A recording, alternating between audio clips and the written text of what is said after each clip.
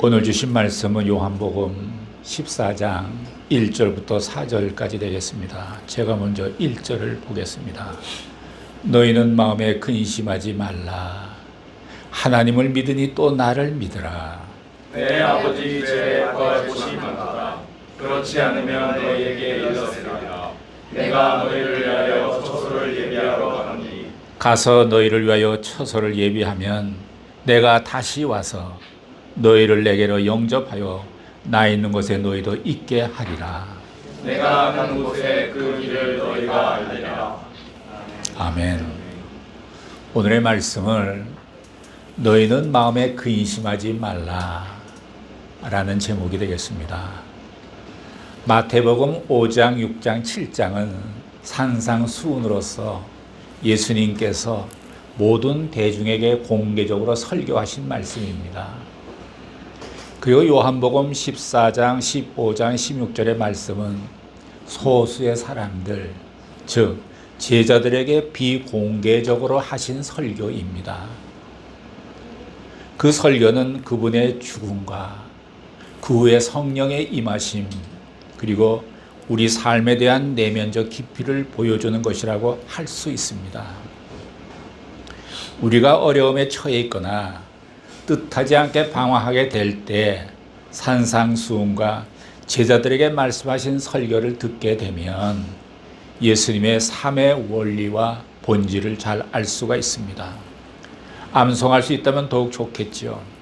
산상수훈은 심령이 가난한 자는 복이 나니 천국이 저희 것이며 라고 시작하고 있습니다.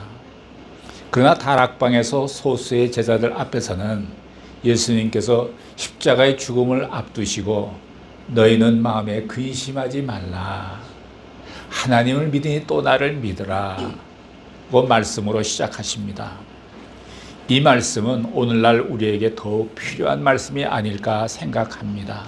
왜냐하면 우리는 삶에서 너무 많은 걱정거리를 안고 살아가기 때문입니다. 우리는 믿음이 있는 척하지만 사실은 마음속에 근심, 걱정, 염려를 한 보따리씩 지고 살아가는 것이 사실입니다. 자녀를 기르는 부모님들이 치열한 교육 경쟁 속에서 자녀의 진학 문제와 미래를 위해 숨쉬듯 걱정하지 않습니까?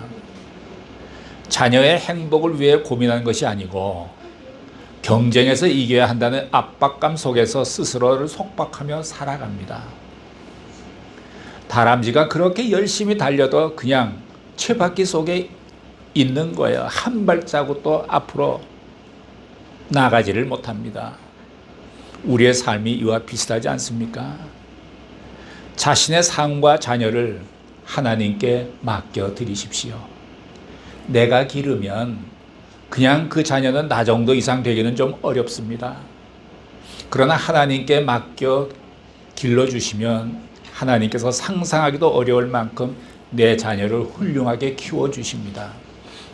이러기 위해서 진심으로 자녀를 하나님께 맡겨드리는 기도를 열심히 하십시오. 정말로 성령의 도우심으로 하나님께 맡겨지면 어느 날 이상한 현상이 일어납니다. 내 자식을 보니까 내 자식인데 내 것이 아니구나. 하나님께 좀 빼앗긴 기분이 들어요. 섭섭하고 마음이 무거워요. 이런 현상이 생기면 정말 드디어 하나님께 맡겨드리는 것이 되는 것입니다. 그리고 조금 시간이 지나면 회개하게 됩니다. 좋으신 하나님께 내 자식을 맡겼는데 그때 내가 마음이 무겁고 섭섭했던 것을, 그런 사실을 회개하게 됩니다. 저의 경험입니다. 우리 아들이 고3 때 제가 얘기 드렸지만은 고3이니까 얼마나 부모가 고민이 많습니까? 많겠습니까? 그래서 늘 하나님, 우리 아들을 하나님께 맡겨드립니다. 건강 주시고 지혜 주시고 쭉 기도하잖아요. 그런 마음이 평안해요. 맡겼으니까. 또 그 이튿날 되면 또 서로서로 근심 걱정이 되는 거예요. 맡겨드렸는데 또 내가 그걸 뺏어온 거예요. 그게 꼭 걱정하는 거예요. 늘 그렇게 반복하다가 어느 날 기도를 제목을 좀 바꿨습니다. 성령님, 내 아들을 하나님께 맡길 수 있도록 성령님 도와주셔야 되겠습니다. 그랬더니요, 어느 날 보니까 정말 맡겼는지 말씀드린 것 같이 내 아들을 보니까 이상하게 마음이 섭섭한 거예요. 뺏겼구나. 하나님께 뺏겼구나 하는 감정이 들어오더라고요. 그리고 이렇게 딸을 보니까 딸은 예뻐요. 아직 맡기지 않았기 때문에 넌 내 것이다 하는 게 있어요. 그래서 제가 아들을 맡긴 경험이 있어서 딸은 나중에 쉽게 맡겼지만, 그리고 나중에 제가 섭섭했던 마음을 하나님께 회개를 했습니다. 자녀를 하나님께 맡겨보니까 지금까지 내가 자녀 때문에 걱정을 안 하더라고요. 하나님께 맡겼으니까. 여러분들 자기 아이가 얼마나 귀합니까? 여러분이 기르면 여러분 정도밖에 안 돼요. 하나님께 맡겨서 하나님이 길러주셔야 됩니다. 그렇게 맡기는 기도를 열심히 하시기를 바랍니다. 이것이 자녀를 기르는 최선 최대의 노하우예요. 하나님께 맡기는 거죠. 우리가 하나님을 믿는다면 이렇게 되어야 염려가 사라지지 않겠습니까? 예수님께서 마음에 근심하지 말라는 메시지를 주신 이유는 세 가지로 요약할 수 있습니다. 첫째는 예수님께서 마가의 다락방에서 제자들과 심각한 이야기를 나눴습니다. 제자들의 발을 씻어주시고 빵과 포도주를 나눠주면서 이건 내 살이요 내 피다라고 말씀하시며 기념하라고 말씀했습니다. 그리고 곧 죽을 것이라고 말씀하셨습니다. 아니, 이러한 예수님의 그 이상한 말씀, 돌발적인 행동에 제자들은 근심하기 시작했습니다. 둘째로는 가롯 유다가 자신을 배신할 것을 이야기하면서, 그리고 또 가장 믿을 만한 제자인 베드로마저 다 울기 전 3번 예수님을 부인할 거라고 말씀하셨습니다. 따라서 이 다락방의 전체 분위기는 굉장히 무거워지고 썰렁해졌습니다. 제자들의 마음은 불안했고 어두워졌습니다. 그리고 셋째는 무엇보다 근본적인 원인은 예수님의 죽음에 관한 것이었습니다. 예수님은 아버지의 뜻대로 십자가를 지시게 되지만 3년 동안 그분을 따라다녔던 제자들은 아직도 뭐가 뭔지 잘 모르고 있습니다. 아니, 예수님이 죽으신다니. 예수님이 모든 병자를 일으켜 세우고 고치셨잖아. 죽은 나사로도 살리셨잖아. 그런 예수님이 죽다니 이건 말도 안 되는 거 아니겠습니까? 이 제자들은 그렇게 생각했을 거예요. 이 12제자들에 비해서 우리가 예수님이 십자가에 지시하는 이유를 우리가 깨달을 수 있게 되는 것은 성령님의 임재 덕분입니다. 성령님이 우리에게 깨우쳐 주셔서 우리는 압니다. 성령님이 밝히 가르쳐 주시지 않으신다면 우리는 복음의 진리를 깨닫지 못합니다. 너희는 마음에 근심하지 말라. 하나님을 믿으니 또 나를 믿으라. 우리를 은근히 파멸시키는 것이 마음의 근심입니다. 삶에 스며드는 파멸의 그림자가 다가오는 까닭은 환경이 나빠서가 아니라 우리 안에 근심하는 마음이 있기 때문입니다. 이 근심의 최대의 피해는 미래의 문을 닫아버리는 데 있습니다. 또 근심하는 마음은 최악의 상태를 상상하게 합니다. 항상 부정적입니다. 나는 안 될 거야. 내가 해본들 될 리 있겠어? 삶의 희망을 발견할 수가 없어 모든 것을 포기합니다. 자신의 정체성마저도 부인하려고 합니다. 사실 주변의 영향 탓도 있지만, 언젠가 제가 말씀드렸지만 2 딸을 가진 어머니가 있었습니다. 근데 큰 딸은 좀 맹해요. 근데 작은 딸은 착하고 공부도 잘하고 너무 똑똑한 거예요. 그러니까 이 엄마는 작은 딸을 사랑하는데 이 엄마가 큰 딸을 부를 때에는 이름을 불리지 않고 이렇게 불렀습니다. 어이 구제불능. 이렇게 불렀어요. 딸 이름이 구제불능이 된 거예요. 하도 그러니까 그 딸 자신도 난 구제불능이야, 이런 생각이 뿌리를 내렸습니다. 어차피 나는 되는 것이 아무것도 없는 구제불능인데 공부는 해서 뭐해? 사람도 사귈 수 없어. 난 아무것도 못해. 구제불능이니까. 이제 곧 나는 버림받을지도 몰라. 희망도 없고 포기와 좌절 속에서 살았습니다. 이렇게 부모의 잘못된 한마디가 그 자녀를 죽입니다. 어느 날 교회 가면 자기 같은 사람도 받아준다는 얘기를 듣고 이 딸이 교회를 가서 상담실을 찾았습니다. 모자를 푹 눌러 쓰고 그리고 이제 왔어요. 소위 구제불능의 여자를 마주하고 있는 상담원이 이야기를 다 듣고 나더니 첫마디로 이렇게 이야기를 했습니다. 너는 구제불능이 아니고 하나님의 사랑하는 딸이야. 오늘 사랑하는 딸이 왔구나. 이 순간 그녀는 왈칵 울음을 터뜨리면서 통곡하기 시작했습니다. 매주 와서 상담받으면서 그 마음에 근심에 뿌린 구제불능이라는 다 녹여버렸습니다. 하나님께 나와 다 아뢰면 하나님이 만져주시고 치유해 주십니다. 근심에 대해서 알아야 할 상식적인 건 몇 가지 사항이 있습니다. 첫째로 근심은 근심일 뿐 사실이 아니라는 점입니다. 그 사람이 만들어낸 하나의 허상일 뿐입니다. 어쩌면 과대 망상일 수 있습니다.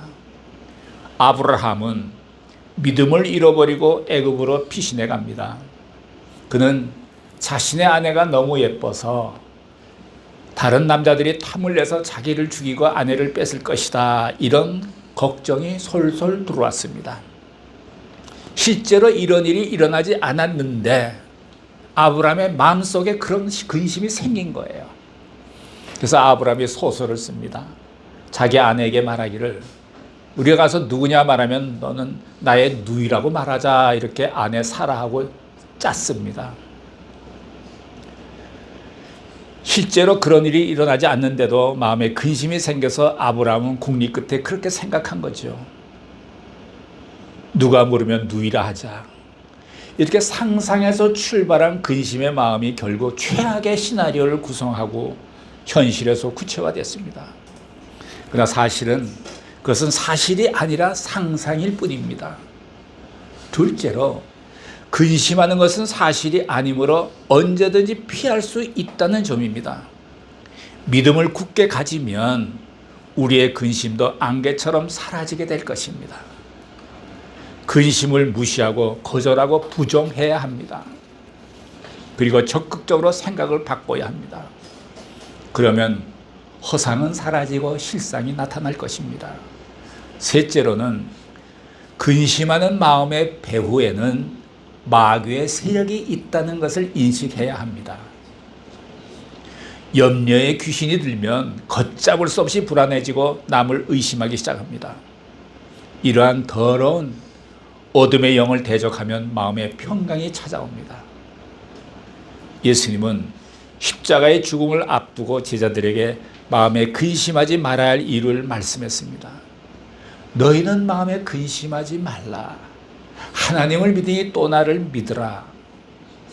우리가 근심하지 말아야 할 이유는 우리에게 하나님이 계시기 때문입니다. 사람들의 믿음에 상관없이 하나님은 항상 살아계십니다. 마귀는 자꾸 우리에게 하나님이 어디 있어? 이렇게 말하면 하나님이 없다고 합니다. 마귀의 말을 들은 사람들은 오늘도 지금도 하나님이 없다고 주장합니다. 에덴 동산에서 아담과 이브에게 속삭인 마귀는 그들에게 선악을 알게 하는 열매를 따먹게 하고 넘어지게 했습니다. 성경은 하나님의 존재에 대해서 절대로 논하지 않습니다. 하나님은 스스로 계시는 분이십니다. 시편 14절 1절에 보면 어리석은 사람들은 그 마음속으로 하나님이 없다라고 말합니다. 라고 말씀하고 있습니다. 그래서 예수님은 하나님을 믿으니 또 나를 믿으라 라고 말씀하십니다. 예수 그리스도는 하나님의 아들로서 길이요 진리요 생명 되시기 때문입니다. 빛이 내 안에 들어오시면 어두운 근심, 걱정, 염려는 안개처럼 사라질 것입니다. 또 마음에 근심하지 말아야 하는 것은 우리에게 천국이 있기 때문입니다. 2절을 보시기 바랍니다. 2절 시작. 내 아버지 집에 거할 곳이 많도다. 그렇지 않으면 너희에게 일렀으리라. 내가 너희를 위하여 처소를 예비하러 가느니. 천국은 분명히 있습니다. 하나님께서 택한 자들을 위해서 처소를 예비하셨고 또 성자 예수께서 하나님 우편에 앉아 계셔서 성도들 위해 기도하시면서 처소를 예비하실 것이라고 말씀하십니다. 이것은 하나님이 예비하신 처소로 성도들이 올 수 있도록 길을 만들어 놓으신다는 그렇게도 해석할 수가 있습니다. 해석할 수 있습니다. 우리에게 천국이 있기 때문에 근심할 필요가 없습니다. 분명히 천국은 있습니다. 인간이 사용하는 언어는 보이든 보이지 않든 그 실체가 존재하고 있음을 말하는 것입니다. 우리는 마음의 천국을 건설해야 합니다. 따라서 근심이나 의심이나 불안이 비집고 들어올 수 없도록 믿음으로 무장해야 합니다. 세상의 삶으로 인생이 끝이라면 우리는 염려하고 근심할 수밖에 없습니다. 그러나 인생은 죽음으로 모든 것이 끝나지 않습니다. 죽음은 영혼을 여는 관문에 불과합니다. 성도에게는 죽음이 선물입니다. 곧 부활의 몸으로 주님께 가는 것이기 때문입니다. 이 무신론자들의 최대의 고민은 죽은 후에 어디로 가느냐라는 것입니다. 예수 그리스도를 믿는 사람들은 천국으로 갑니다. 따라서 우리는 죽음을 두려워하거나 죽음 앞에 방황할 필요가 없습니다. 우리가 여행이 즐거운 것은 돌아갈 집이 있기 때문에 즐거운 것입니다. 만약에 돌아갈 집이 없다면 그것은 방황일 뿐입니다. 우리 인생을 나그네 삶이라고 말하지 않습니까? 우리 나그네 삶이 즐거운 것은 우리가 장차 돌아갈 집 천국이 있기 때문에 우리는 즐거워할 수 있는 것입니다. 사업 실패와 인생의 실패를 의미하는 것이 아닙니다. 사업 실패와 인생의 실패를 의미하는 것이 아니고 육신의 병이 인생을 병들게 하는 것도 아닙니다. 천국은 하나님의 통치가 있는 곳입니다. 하나님이 다스리는 곳입니다. 천국은 장소의 개념이 아니라 통치의 개념입니다. 예수님이 통치하시고 계시는 곳이 천국입니다. 내 마음에 예수님께서 들어오셔서 통치하시면 내 안에 천국이 이루어지는 것입니다. 천국은 부족함이 없는 곳입니다. 저는 개인적으로 매일 아침 기도를 시작할 때 시편 23편을 천천히 뜻을 생각하며 암송을 합니다. 여호와는 나의 목자시니 내가 부족함이 없으리로다. 이것으로 다 끝나더라고요. 아니 부족함이 없다는데 뭘 또. 그 다음에 나오는 것은 왜 부족함이 없는지를 구체적으로 설명해 주는 것이더라고요. 묵상하며 읽으면 내 마음속에 천국의 문이 열리기 시작하는 듯해요. 그리고 하늘로부터 오는 평안이 깊이 스며듭니다. 이렇게 되면 매일 천국을 경험하게 됩니다. 그러다가 그날이 오면 하나님의 나라, 실존하는 천국으로 입성하게 되지 않겠습니까? 이런 것들을 생각하면 마음속에 염려, 근심이 스며들 틈이 없게 됩니다. 오늘도 주님과 함께 하니까요. 예수님이 이 땅에 오시기 전 사람들은 율법으로 천국에 갔습니다. 율법을 지키면 천국 갈 수 있었습니다. 그런데 문제는 율법을 온전히 지킬 수 없다는 데 문제가 있습니다. 그러나 예수 그리스도께서 이 땅에 오셔서 구원의 섭리를 완성하신 후에는 구세주에 대한 믿음으로 천국에 가게 되었습니다. 오늘 본문 3절을 보시기를 바랍니다. 3절 시작.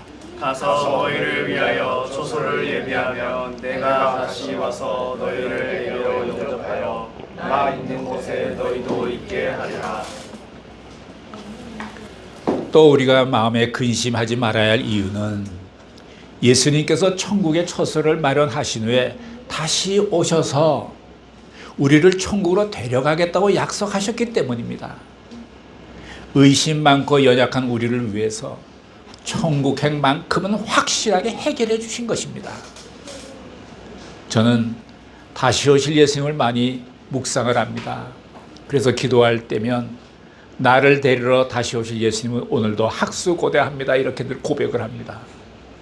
그리고 기도 마칠 때도 다시 오실 예수님, 그리고 지금도 내게 피를 뿌려주신 예수님의 이름으로 기도합니다. 아멘. 주님이 다시 오시는 것을 현실적으로 느껴지는 것 같아요.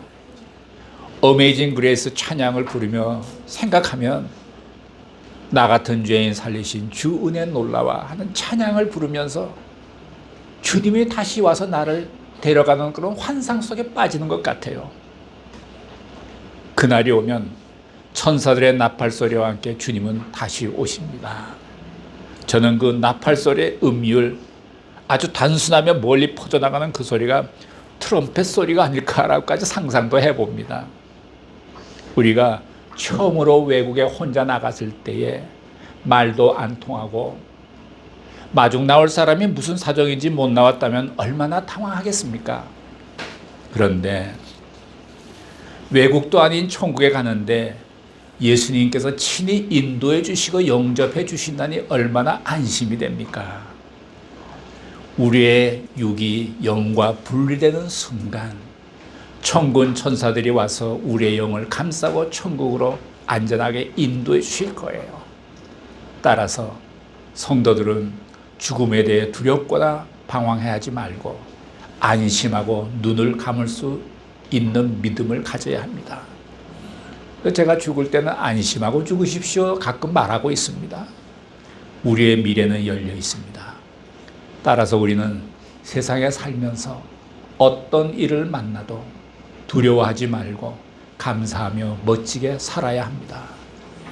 우리가 잠시 눈을 돌려 주변을 살펴본다면 기쁘고 즐겁게 일한 것이 많습니다. 천국에 예비된 처소를 생각하시며 마음의 근심에서 멀리 떠나시기를 예수님의 이름으로 축복합니다. 기도하시겠습니다. 사랑하시는 하나님 아버지, 우리를 위해 천국에 거할 처소를 예비해 주셔서 감사합니다. 천국을 생각하며 마음에 스며드는 염려, 걱정, 근심을 다 떨쳐버리게 하여 주시옵소서. 성령으로 충만케 하여 주시옵소서. 예수님의 이름으로 기도드렸습니다. 아멘.